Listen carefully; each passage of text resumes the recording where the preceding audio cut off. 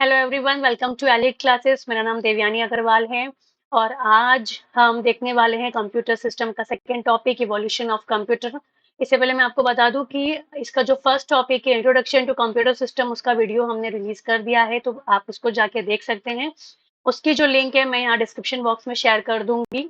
And उस video से related कुछ भी अगर आपको डाउट है तो आप कमेंट सेक्शन में जाके कमेंट कर सकते हैं। तो जो भी आपकी क्वेरीज आएगी हम उसको जरूर सॉल्व करने की कोशिश करेंगे। और चैनल को जिसने अभी तक सब्सक्राइब नहीं किया है तो प्लीज आप चैनल को सब्सक्राइब कीजिए और बेल आइकन को प्रेस कीजिए, जिससे कि आने वाली वीडियोस की अपडेट्स आपको मिलती रहे, आने वाली वीडियोस आपकी मिस ना हो। तो चलिए देखते हैं कि हमें इस वाले टॉपिक में क्या क्या पढ़ना है। ठीक है, तो चलिए स्टार्ट करते हैं। Evolution of computer. देखो, इवोल्यूशन ऑफ कंप्यूटर की बात करें तो कंप्यूटर की चीज, कंप्यूटर हमारा स्टार्ट कहाँ से हुआ, कहाँ से इवोल्यूशन कंप्यूटर का स्टार्ट हुआ, हमें वो देखना है।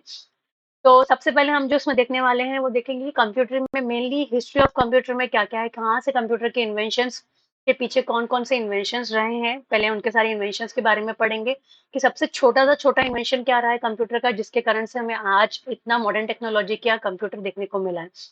ठीक। तो सीधी सी सिंपल बात है कि कैलकुलेटर सबसे पहले आया था, उसके बाद हमने आज बड़े बड़े डेटा प्रोसेसर बनाना चालू कर दिए हैं। ठीक। और ये ही पूरी जर्नी रही है कंप्यूटर की इवोल्यूशन की, कैलकुलेटर से स्टार्ट होकर आज हम बड़े बड़े डेटा प्रोसेसर बनाने में कामयाब हुए हैं। ठीक। चलिए देखते हैं कि सबसे पहला जो आया था, ये बात हो रही है अबैकस की। अबैकस जो आया था 500 बीसी, मतलब 3000 साल पहले की बात है। स्टार्टिंग जो हुई थी वो हुआ था एक इन्वेंशन से जिसका नाम है अबैकस। ठीक। अबैकस से हमारा कंप्यूटर का इन्वेंशन चालू हुआ है, मतलब बोल सकते हैं सबसे पहला कैलकुलेटिंग डिवाइस जो बना है वो था अबैकस। अबैकस का full form abundant beads addition calculation utility system, बहुत बड़ा है नाम है, याद रखना। Abundant beads addition calculation utility system कब बना था? 500 BC before Christ, around 3000 years ago, 300 साल पहले की बात है। एक करता क्या था अबेकस? सबसे पहला मैकेनिकल कंप्यूटेशन डिवाइस था और इसे सिंपल अर्थमेटिक ऑपरेशंस को सॉल्व करने के लिए यूज किया गया था। Simple arithmetic operations means addition, subtraction, इनके लिए। ठीक है। ऐसा कुछ दिखता है अबेकस, जिसमें क्या बीड्स होती हैं, ये बीड्स की हेल्प से यहाँ पे क्या करा जाता है, कैलकुलेशन परफॉर्म किया जाता है एडिशन एंड सब्ट्रैक्शन का। नेक्स्ट है पास्कल लाइन 1642। तो फुल फॉर्म देखा जाए तो देखो, उसको पास्कल कैलकुलेटर भी कहते हैं। पास्कल लाइन को पास्कल कैलकुलेटर क्यों कहते हैं? क्योंकि इसे ब्लेज पास्कल ने इन्वेंट किया था 1642 में, इसलिए इसको पास्कल कैलकुलेटर भी कहते हैं। ये ऐसा कुछ दिखता है पास्कल कैलकुलेटर। इसको एक और नाम से जाना जाता है जिसका नाम है एडिंग मशीन। पास्कल कैलकुलेटर को एडिंग मशीन भी कहा जाता है। इसके अंदर होता क्या है कि ये दो नंबर्स को डायरेक्टली ऐड और सब्ट्रैक्ट कर सकता हैगा। एंड इसमें मल्टीप्लिकेशन और डिवीजन भी पॉसिबल है। अगर आप बार बार कोई नंबर को एडिशन या सब्ट्रैक्शन की हेल्प से करते हैं तो एडिशन या सब्ट्रैक्शन की हेल्प से ये मल्टीप्लिकेशन एंड डिवीजन भी पॉसिबल करता हैगा। ओके। तो ये था हमारा पास्कल कैलकुलेटर के बारे में। जो इन्वेंट हुआ था, याद रखना, ईयर 1642 में दिया था ब्लेज पास्कल ने, जिसका एक और नाम है एडिंग मशीन। ओके। करता क्या है? दो नंबर्स को डायरेक्टली ऐड या सब्ट्रैक्ट, इवन इसमें मल्टीप्लिकेशन एंड डिवीजन भी पॉसिबल है, काय से? अगर आप रिपीटेडली एडिशन या सब्ट्रैक्शन करते हैं तो। ओके। चलिए नेक्स्ट देखते हैं। नेक्स्ट हमारा है एनालिटिकल इंजन, जो कि 1834 में आया था। ठीक है। एनालिटिकल इंजन की बात करते हैं तो एनालिटिकल इंजन को इन्वेंट किया था चार्ल्स बेबेज ने 1834 में। इसे माना जाता है कि ये हमारा मॉडर्न कंप्यूटर का बेस था, मतलब मॉडर्न कंप्यूटर जो आज बने हैं वो इसी इंजन, एनालिटिकल इंजन की वजह से बने। इसका इन्वेंशन हमारे मॉडर्न कंप्यूटर्स के इन्वेंशन में बहुत बड़ा रोल प्ले करता है। क्यों? क्योंकि इसे हमारे कंप्यूटर का फर्स्ट प्रोटोटाइप माना गया है। कंप्यूटर का फर्स्ट प्रोटोटाइप किसे माना गया है? एनालिटिकल इंजन को। मतलब प्रोटोटाइप मतलब इसने एक फाउंडेशन क्रिएट कर दिया है कि नहीं, ये बेस है, अब इसके आगे आपको और डेवलप करना है। ठीक। तो ये हमारे इवोल्यूशन ऑफ कंप्यूटर में सबसे मेन रोल प्ले करता है, क्योंकि इसे, यही हमारे मॉडर्न कंप्यूटर का बेसिस है। कौन? एनालिटिकल इंजन, जिसे चार्ल्स बेबेज ने दिया था। चार्ल्स बेबेज ने 1834 में। तो ये ऐसी कुछ मशीन दिखती है एनालिटिकल इंजन की। ठीक। 1834 ईयर याद रखिएगा। और किसने दिया था? चार्ल्स बेबेज ने। और हमारे कंप्यूटर का जो इवोल्यूशन है उसमें सबसे बड़ा रोल ये प्ले करता है। नेक्स्ट देखते हैं, हमारे पास नेक्स्ट है टैबुलेटिंग मशीन, जो आई थी 1890 में। टैबुलेटिंग मशीन के बारे में बात करते हैं तो टैबुलेटिंग मशीन जो है इसे हरमन हॉलरिथ ने 1890 में दिया था। हरमन हॉलरिथ ने 1890 में दिया है। और ये जो मशीन थी ये हमारा पहला स्टेप था प्रोग्रामिंग की तरफ। ठीक है। और यहाँ पे जो डेटा स्टोर होता था वो पंच कार्ड के अंदर स्टोर होता था। पंच कार्ड के बारे में हम बता दूं तो एक ये स्टिफ पीस ऑफ पेपर होते हैं जिसके अंदर जो डेटा रहता है उसे डिजिटल फॉर्म में स्टोर किया जाता है। एक पेपर है जिसमें डेटा हम स्टोर कर रहे हैं। ठीक। तो डिजिटल डेटा जाता है उस पेपर के अंदर। वहां पे क्या होल्स मतलब वो उनकी कुछ प्रीडिफाइंड पोजीशंस होती है जहाँ पे वो होल्स के फॉर्म में डेटा को स्टोर करते जाता है। ठीक। इस पेपर में जैसे ये पेपर देख सकते हो आप, यहाँ पे ये होल्स भी दिख रहे हैं ये वाले। हम्म। 1 सेकेंड। ओके। देखो ये होल दिख रहा है, ये वाला है, एक ये है, ये होल्स है। ये मतलब ये जो होल्स है ये हमारे डेटा डिजिटल डेटा को स्टोर किया है, डिजिटल फॉर्म में डेटा को स्टोर किया है जो हमें डेटा रिक्वायर्ड है उसको। और ये पूरा पंच कार्ड होता है ऐसा। ठीक है, जिसमें पूरा डेटा स्टोर किया जाता है। और ये हमारा जो टैबलेटिंग मशीन था ये पहला स्टेप था प्रोग्रामिंग की तरफ। मतलब बोल सकते हैं कि प्रोग्रामिंग यहाँ से आना चालू हो गई थी। ठीक। 1890 में किसके थ्रू प्रोग्रामिंग आई? टैबलेटिंग मशीन के थ्रू। किसने दिया था? हरमन हॉलरिथ ने। कब दिया था? 1890 में। और यहाँ पे डेटा किस फॉर्म में स्टोर होता है? पंच कार्ड के फॉर्म में। ठीक है, ऐसा कुछ मशीन दिखता है। और ठीक यहाँ पे पंच कार्ड्स रखे हुए हैं। पंच कार्ड्स में क्या होता है? डेटा स्टोर करने के लिए पंचिंग फॉर्म में काम करता है वो। नेक्स्ट नेक्स्ट देखते हैं आगे। ट्यूरिंग मशीन जो 1937 में आई थी, इस तरह की कुछ होती है। ट्यूरिंग मशीन भी अगेन क्या है? पंच कार्ड में ही प्रोग्राम मतलब जो भी डेटा यहाँ स्टोर होता है वो पंच कार्ड में होता है। बट इसका फायदा ये था कि ये जनरल प्रोग्रामेबल मशीन थी। मतलब जनरल जो भी काम थे, जनरल पर्पस काम इस मशीन के थ्रू हो सकते थे। जो टैबुलेटिंग मशीन थी वहां कुछ हद तक काम पॉसिबल थे, लेकिन जनरल पर्पस बनाने के लिए ट्यूरिंग मशीन आई। ट्यूरिंग मशीन को दिया था एलन एम ट्यूरिंग ने 1936 में। ठीक है, इसे इन्वेंट किया था 1936 में एलन एम ट्यूरिंग ने। और ये कोई भी प्रॉब्लम को सॉल्व करने में केपेबल थी ट्यूरिंग मशीन। तो नेक्स्ट हम बात करते हैं इन्वेंशंस ऑफ कंप्यूटर टेक्नोलॉजी। देखो जो मैंने अभी पीछे समझाया है आपको पूरा, abacus, Pascal's calculator, analytical engine, है ना, ये सब के बारे में, ट्यूरिंग मशीन, टैबुलेटिंग मशीन, तो ये सब हमारे कंप्यूटर टेक्नोलॉजी के इन्वेंशंस ही रहे हैं। ठीक है, तो ये आपको जो इमेज दिख रही है इसका मैं बता दूं कि आपके एनसीईआरटी की बुक में एज इट इज पूरी इमेज मिलेगी। मैंने वहीं से ही ली है ये इमेज भी। ठीक। तो थोड़ा इसके बारे में भी हम डिस्कस कर लेते हैं कि इसमें क्या क्या चीजें हैं। सबसे पहले है अबेकस, जो मैंने आपको बताया कहाँ था? 500 बीसी। ठीक है, 3000 years ago, 500 BC. BC that is before Christ. ठीक। तो ये अबेकस के बारे में कि हमने देखा कि 3000 ईयर्स पहले इसका इन्वेंशन हुआ था और सिंपल अरिथमेटिक कैलकुलेशन करने में केपेबल था। एक फिर हमने देखा पास्कल लाइन, जो पास्कल्स कैलकुलेटर ब्लेस पास्कल ने दिया था, 1642 में दिया था। और ये करता क्या था? डायरेक्टली दो नंबर्स को एडिशन सब्ट्रैक्शन करने का काम पास्कल्स कैलकुलेटर का था। और अगेन वही चीज यहाँ पे लिखी है कि रिपीटेड एडिशन सब्ट्रैक्शन की हेल्प से वो मल्टीप्लिकेशन एंड डिवीजन भी कर सकता था। फिर 1834 में आए। 1834 में बात होती है एनालिटिकल इंजन की। तो एनालिटिकल इंजन चार्ल्स बेबेज ने दिया था। ये हमारा जो कंप्यूटर का बेसिस बना, आगे प्रोटोटाइप क्रिएट करा एनालिटिकल इंजन ने, कि जो कंप्यूटर के डेवलपमेंट में बहुत इंपॉर्टेंट रोल प्ले करता है। ठीक है, 1834 में आया था, चार्ल्स बेबेज ने दिया था एनालिटिकल इंजन। फिर टैबुलेटिंग मशीन की बात करते हैं। टैबुलेटिंग मशीन हरमन हॉलरिथ ने दिया था 1890 में। हरमन हॉलरिथ। ठीक है। और इसका क्या काम था कि ये डेटा को पंच कार्ड में स्टोर करता था। ठीक है, पंच कार्ड में डेटा स्टोर होता था एंड प्रोग्रामिंग की तरफ पहला स्टेप था हमारा टेक्नोलॉजी में।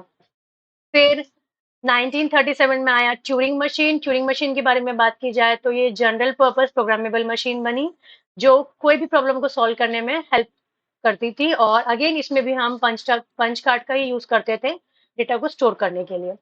ठीक। अब आगे ये जो तो चीजें हैं, ये एडवेक और एनीएक, ट्रांजिस्टर्स और इंटीग्रेटेड सर्किट्स, तो इसके लिए मैंने नेक्स्ट लेक्चर्स जो मतलब नेक्स्ट जो बनाया है लेक्चर के अंदर वो है कुछ जनरेशन्स में हमने कंप्यूटर को, क्योंकि सारे इन्वेंशंस देखना तो पॉसिबल नहीं है।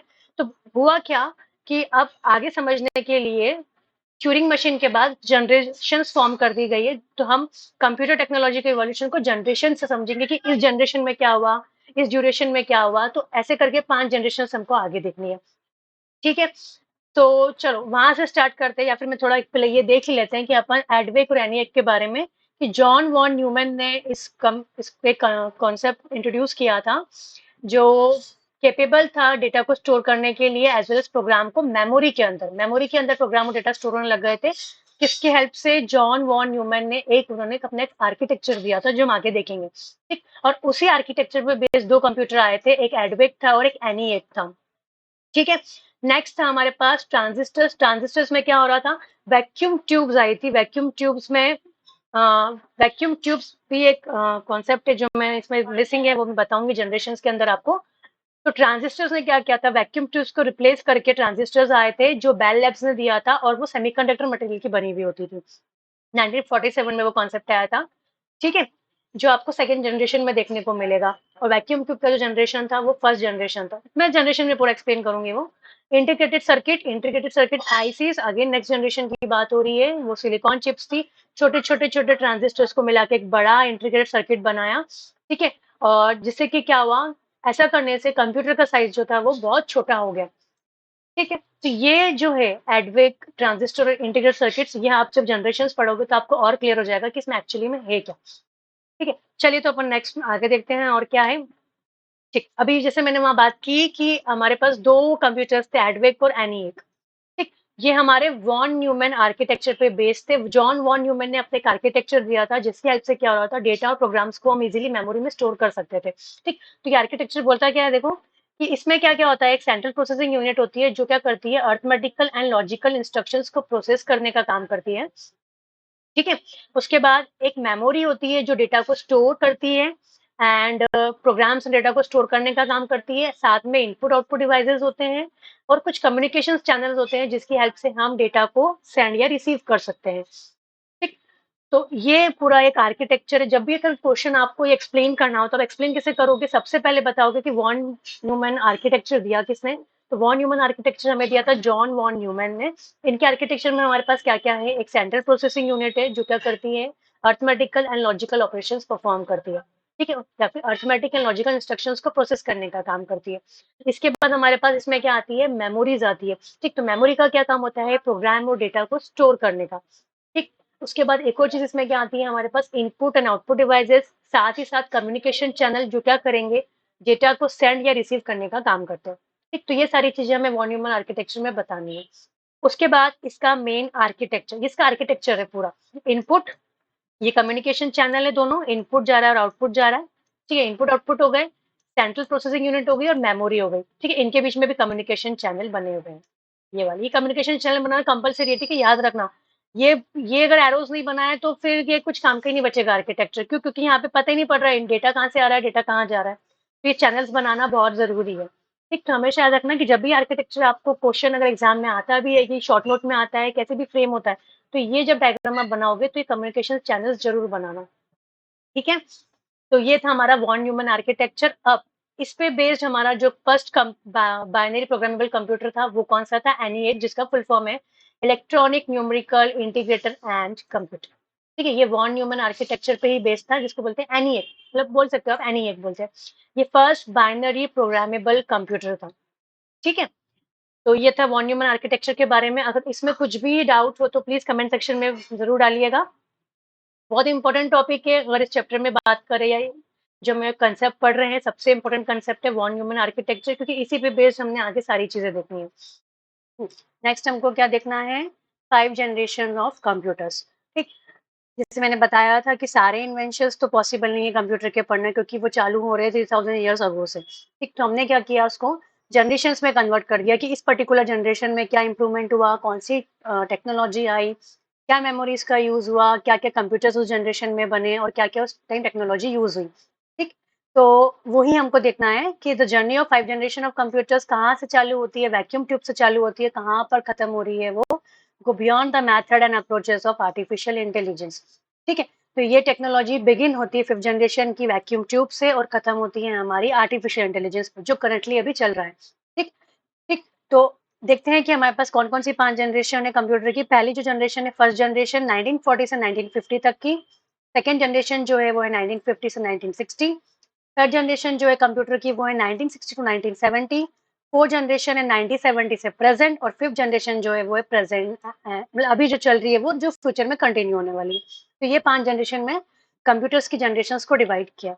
एक तो अपन स्टार्ट करते हैं फर्स्ट जनरेशन ऑफ कंप्यूटर में कि इसमें क्या-क्या टेक्नोलॉजी आई, क्या-क्या इंप्रूवमेंट हुआ कंप्यूटर में, कौन-कौन से कंप्यूटर इस जनरेशन में बने, मेमोरीज में क्या यूज़ हुआ, इनपुट आउटपुट डिवाइसेस में क्या-क्या यूज़ किया।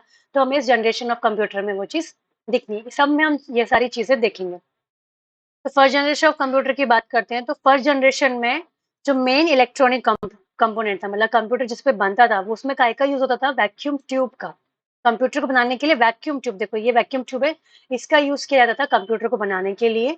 और वहां पे अगर बात की जाए तो कंप्यूटर को इंस्ट्रक्शंस दिए जाते थे मशीन लैंग्वेज में। अगर प्रोग्रामिंग लैंग्वेज की बात करें कि कंप्यूटर को इंस्ट्रक्शन किस फॉर्म में दिए जा रहे हैं, तो वो है मशीन लैंग्वेज के फॉर्म में। और उस जनरेशन में अगर मेमोरीज की बात करें कि वहाँ पे डेटा को स्टोर कराने के लिए कौन सी मेमोरीज का यूज किया जाता था, तो वहाँ पे मैग्नेटिक ड्रम और मैग्नेटिक टेप्स का यूज करते थे। और इनपुट एंड आउटपुट डिवाइसेस की बात करें तो पंच कार्ड और पेपर टेप का यूज किया जाता था इनपुट एंड आउटपुट डिवाइसेस के फॉर्म में। उसके बाद बात करते हैं कि इस जनरेशन में कंप्यूटर्स की स्पीड और साइज कैसा था। तो देखो, इस जनरेशन में सबसे, मतलब जो कंप्यूटर्स बने थे ना, उनका साइज तो सबसे ज्यादा था। सबसे बड़े साइज के कंप्यूटर बने जाते थे, मतलब इतना बड़ा साइज होता था कि मतलब वो पूरा रूम भी ऑक्यूपाई कर लेते थे। ठीक। और अगर स्पीड की बात करें तो सबसे स्लो स्पीड आपको इस जनरेशन मतलब इस जनरेशन के कंप्यूटर्स में ही मिलेगी। ठीक। और एग्जाम्पल्स की बात करते हैं तो एनीएक एंड यूनिवेक फर्स्ट, ये कंप्यूटर्स इस जनरेशन में आए थे। तो यहाँ यूनिवेक फर्स्ट का मैंने एग्जाम्पल भी दिया है, मतलब डायग्राम बता रखा है यहाँ पे पूरा यूनिवेक फर्स्ट का। और यूनिवेक फर्स्ट की बात करते हैं तो यूनिवेक फर्स्ट का फुल फॉर्म होता है यूनिवर्सल ऑटोमेटिक कंप्यूटर फर्स्ट, जो कि वैक्यूम ट्यूब से बनाया गया था। ठीक। तो ये फर्स्ट जनरेशन ऑफ कंप्यूटर था। सेकेंड जनरेशन ऑफ कंप्यूटर की बात करते हैं तो सेकेंड जनरेशन ऑफ कंप्यूटर में टेक्नोलॉजी इंप्रूव हुई। अब यहाँ पर जो मेन इलेक्ट्रॉनिक कंपोनेंट था कंप्यूटर्स को बनाने के लिए वो था ट्रांजिस्टर। ठीक। और यहाँ पर जो इंस्ट्रक्शंस दिए जाते थे या प्रोग्रामिंग लैंग्वेज की बात करते हैं तो वो थी असेंबली लैंग्वेज, ये ट्रांजिस्टर्स है। ठीक। मेमोरीज की बात करें तो डेटा को स्टोर करने के लिए मैग्नेटिक कोर, मैग्नेटिक टेप और मैग्नेटिक डिस्क का यूज किया जाता था। ठीक। उसके बाद अगर इनपुट एंड आउटपुट डिवाइसेस की बात करें तो अगेन सेम, यहाँ भी punch card and paper tape ही थे इनपुट एंड आउटपुट डिवाइसेस के फॉर्म में। और स्पीड एंड साइज की बात करें तो स्पीड यहाँ पर as compare to first generation थोड़ी इंप्रूव हुई, और साइज भी कंप्यूटर का क्या हुआ as compare to first generation, यहाँ पे साइज भी कंप्यूटर्स के छोटे होने लगे। तो इस जनरेशन में अगर एग्जाम्पल की बात करते हैं तो कंप्यूटर IBM 1401 बना और IBM 7090 बना। ठीक। तो 7090 का अगेन यहाँ पे मैंने एग्जाम्पल लिया हुआ है, ये 7090 IBM ने बनाया था, IBM 7090। Next, third generation of computer की बात करते हैं। थर्ड जनरेशन ऑफ कंप्यूटर में अगेन इंप्रूवमेंट हुआ टेक्नोलॉजी का, और यहाँ पर बात करते हैं कि कौन से कंपोनेंट का यूज हुआ, तो यहाँ पर आईसीज आने लग गई, इंटीग्रेटेड सर्किट। आप कम्युनिटी में मेरा कम्युनिटी जो सेक्शन है उसमें जाकर देख सकते हो कि मैंने इससे रिलेटेड एक क्विज भी वहाँ जनरेट किया है, तो आप वो क्विज भी जरूर अटेंड कीजिएगा। अगर आपने ये वीडियो ध्यान से दिया है, देखा है, तो आप उस क्विज का आंसर आसानी से दे दोगे। ठीक। तो आप वो जरूर वो क्विज देखिए, और ये वीडियो अगर आपने देखा है तो आंसर जरूर मिलेगा उसका। ठीक। तो main electronic component integrated circuit आया। प्रोग्रामिंग लैंग्वेज की बात करें तो हाई लेवल लैंग्वेज का यूज हुआ इंस्ट्रक्शंस देने के लिए। मेमोरीज की बात करें तो large magnetic core and magnetic tape and disk का यूज हुआ। फिर इनपुट आउटपुट डिवाइसेस की बात करें तो यहाँ पर इसमें भी इंप्रूवमेंट आया, मॉनिटर, कीबोर्ड, प्रिंटर्स इस जनरेशन से आना चालू हो गए थे। फिर स्पीड एंड साइज की बात करें तो इंप्रूवमेंट हुआ स्पीड में, small in size as compare to second generation. ठीक। तो ये थर्ड जनरेशन की बात हुई। देखो ये आईसीज है, बहुत सारे ट्रांजिस्टर्स को जब आप जोड़ते हो तो वो एक सिंगल चिप में कन्वर्ट होता है, और सिंगल चिप को आईसी कहा जाता है। ठीक है। अगर आईसी समझ में नहीं आ रहा तो आईसी की सिंपल डेफिनेशन है, जब आप बहुत सारे ट्रांजिस्टर को जोड़ोगे और एक सिंगल चिप बनाओगे तो उस चिप को बोलते हैं आईसी, इंटीग्रेटेड सर्किट। ठीक है। और पीडीपी इसके एग्जांपल में देख लें तो IBM 360, 370 एंड पीडीपी 11। पीडीपी 11 मैंने बता रखा है कि पीडीपी 11 ऐसा कंप्यूटर होता था थर्ड जनरेशन के अंदर। ठीक है। आगे देखते हैं fourth generation of computer. Okay, fourth generation of computer की बात करते हैं तो फोर्थ जनरेशन ऑफ कंप्यूटर में क्या टेक्नोलॉजी का यूज हुआ, यहाँ पर भी अगेन टेक्नोलॉजी इंप्रूव हुई। यहाँ पे very large scale integration circuits बनने लग गए सिंगल चिप पर, जिन्हें कहते हैं माइक्रो प्रोसेसर। ओके, ये माइक्रो प्रोसेसर है। एक सिंगल चिप पर बहुत ज़्यादा इंटीग्रेशन करना, मतलब बहुत सारे कंपोनेंट्स एक ही चिप के ऊपर लगाने लग गए थे, तो उसे कहा गया माइक्रो प्रोसेसर। और प्रोग्रामिंग लैंग्वेज की बात करें तो यहाँ पे भी हाई लेवल लैंग्वेज का यूज़ होता था इंस्ट्रक्शंस देने के लिए। मेमोरीज़ की बात करें तो semiconductor memory, mainly RAM and ROM, ये मेमोरीज़ का यहाँ पर यूज़ होने लग गया था। यहाँ पे भी इम्प्रूवमेंट आया कि यहाँ पे सेमीकंडक्टर मेमोरीज़ आने लग गई थी, जो मेनली आजकल यूज़ होती है रैम एंड रोम। ठीक है? अपने डेटा को स्टोर कराने के लिए। इनपुट आउटपुट डिवाइस की बात करते हैं तो keyboard, pointing device, optical scanning, monitor, printer, ये सारे यहाँ यूज़ होने लग गए। स्पीड एंड साइज़ की बात करें तो स्पीड तो अच्छी हुई, एक्यूरेसी भी होने लग गई, सारे परफॉर्मेंस में कंप्यूटर की परफॉर्मेंस भी अच्छी होने लग गई, एक्यूरेट रिजल्ट देने लग गया। साथ में रिलायबल एक बना, रिलायबिलिटी आने लग गई और साइज़ भी छोटा होता गया कंप्यूटर का। एग्जाम्पल्स की बात करते हैं तो इस जनरेशन में कौन-कौन से कंप्यूटर्स देखने को मिले? IBM PC, star 1000, Apple 2, Apple Macintosh, ये सब कंप्यूटर्स हमें इस जनरेशन में मिले। तो यहाँ पे आईबीएम पीसी का एग्जांपल दिया है। देखो यहाँ पे एक तो आउटपुट, इनपुट आउटपुट की डिवाइस करें तो keyboard as a input, output के लिए मॉनिटर आने लग गया, ठीक है। और यहाँ पर जो हम प्रोग्रामिंग लैंग्वेज बोल रहे हैं, हाई लेवल लैंग्वेज में इंस्ट्रक्शंस देने लग गए कंप्यूटर्स को। और कंपोनेंट की बात करें तो माइक्रो प्रोसेसर इस जनरेशन में यूज होना चालू हो गया था। नाउ लास्ट जनरेशन है, जो ऑनगोइंग जनरेशन है, जो अभी चल रही है, वो है 5th जनरेशन ऑफ कंप्यूटर। इस जनरेशन में बात करें तो नई-नई टेक्नोलॉजी आई, नए-नए मेथड्स लेकर आए कंप्यूटर्स के अंदर। सबसे पहले था आर्टिफिशियल इंटेलिजेंस, ओके। और उसके बाद अल्ट्रा लार्ज स्केल इंटीग्रेशन का यूज़ होने लग गया, इस टेक्नोलॉजी को यूज़ करने लग गए हैं कंप्यूटर्स के अंदर। और पैरेलल प्रोसेसिंग मेथड भी कंप्यूटर के अंदर यूज़ होने लग गई है। ठीक। और अगर प्रोग्रामिंग लैंग्वेज की बात करें तो यहाँ पर अब कंप्यूटर को जो इंस्ट्रक्शंस देने लगे हैं वो है नेचुरल ह्यूमन लैंग्वेज के अंदर। ठीक। जो ह्यूमन लैंग्वेज है, हमारी जो नॉर्मल ह्यूमन लैंग्वेज है, उस लैंग्वेज में कंप्यूटर्स को इंस्ट्रक्शन देने लग गए, मतलब इतना स्मार्ट कंप्यूटर को बना लिया गया है कि वो हमारी लैंग्वेज भी इजीली समझ सकता है। फिर मेमोरीज की बात करें तो RAM and ROM. Input output device की बात करें तो track pad, touch screen, pen, speech input, lights के अंदर, ये सारे डिवाइसेस इस टेक्नोलॉजी में, इस जनरेशन के कंप्यूटर्स में देखने को मिलेंगे। स्पीड एंड साइज की बात करें तो रिमार्केबल इंप्रूवमेंट हुआ है स्पीड के अंदर, और कंप्यूटर्स पोर्टेबल होने लग गए हैं और साइज तो छोटा हुआ ही है कंप्यूटर्स का। ठीक। और एग्जाम्पल पता ही है, डेस्कटॉप, लैपटॉप, टैबलेट, स्मार्टफोन, जो हम आज की जनरेशन यूज कर रही है। तो 5th जनरेशन ऑफ कंप्यूटर वो जनरेशन है जो हम अभी यूज कर रहे हैं, एट प्रेजेंट जो चल रही है। ठीक। अगर मैं यूएलएसआई के थोड़े उसके बारे में बात करूं कि अल्ट्रा लार्ज स्केल इंटीग्रेशन होता क्या है, अगर आप मिलियन ऑफ ट्रांजिस्टर्स को एक सिंगल चिप पे लगाते हो, ठीक, अगर सिंगल एक माइक्रो चिप पे अगर आप मिलियन ऑफ ट्रांजिस्टर्स को इंटीग्रेट करोगे तो वो यूएलएसआई कहलाता है, अल्ट्रा लार्ज स्केल इंटीग्रेशन। ठीक। और अगर पैरेलल प्रोसेसिंग की बात करें तो यहाँ पर हम 2 से ज़्यादा प्रोसेसर्स का यूज़ करके टास्क को साइमल्टेनियसली परफॉर्म करवा सकते हैं, तो उसे पैरेलल प्रोसेसिंग मेथड कहते हैं, मतलब मल्टी प्रोसेसर। ठीक है। मतलब साथ में मल्टीपल प्रोसेसर्स काम करेंगे किसी भी टास्क को परफॉर्म करने, मतलब ये नहीं कि एक टास्क के लिए रुकना पड़ रहा है, आप साइमल्टेनियसली बहुत सारे टास्क साथ में परफॉर्म कर सकते हो आप, तो उसे बोलते हैं पैरेलल प्रोसेसिंग मेथड। ठीक है। तो ये थी हमारी सारी जनरेशन जो हमने देखी है, first, second, third, fourth, fifth, 5 generation थी जिसके बारे में मैंने बात की। वॉन न्यूमन हमने आर्किटेक्चर देखा, उसके पहले जो जो इन्वेंशन हुए कंप्यूटर की वो देखे। तो ये सारा आप देखिए। ठीक। तो क्योंकि हमारा इवोल्यूशन ऑफ कंप्यूटर में इतना ही है, तो यहाँ पर इवोल्यूशन ऑफ कंप्यूटर हमारा खत्म होता है। नेक्स्ट जो हम देखेंगे वो है हमारा टॉपिक कंप्यूटर मेमोरी, जो कि मेरे नेक्स्ट वीडियो में मैं अपलोड करूंगी, उसमें आपको मिलेगा। ठीक है। अगर यहाँ पर इस स्लाइड से लेकर जो हमने आज टॉपिक पढ़ा है इवोल्यूशन ऑफ कंप्यूटर से लेकर कोई भी अगर आपको दिक्कत है तो प्लीज कमेंट सेक्शन में कमेंट जरूर करिएगा। और चैनल को सब्सक्राइब जरूर करिए, अगर अभी तक आपने सब्सक्राइब नहीं किया है तो बेल आइकन को जरूर प्रेस कीजिए, क्योंकि आपको आने वाली वीडियोस के बारे में अपडेट मिलती रहेगी, आपकी कोई भी क्लास मिस नहीं होगी। तो प्लीज बेल आइकन को भी प्रेस कीजिए जिससे कि आपको अपडेट मिलते रहे।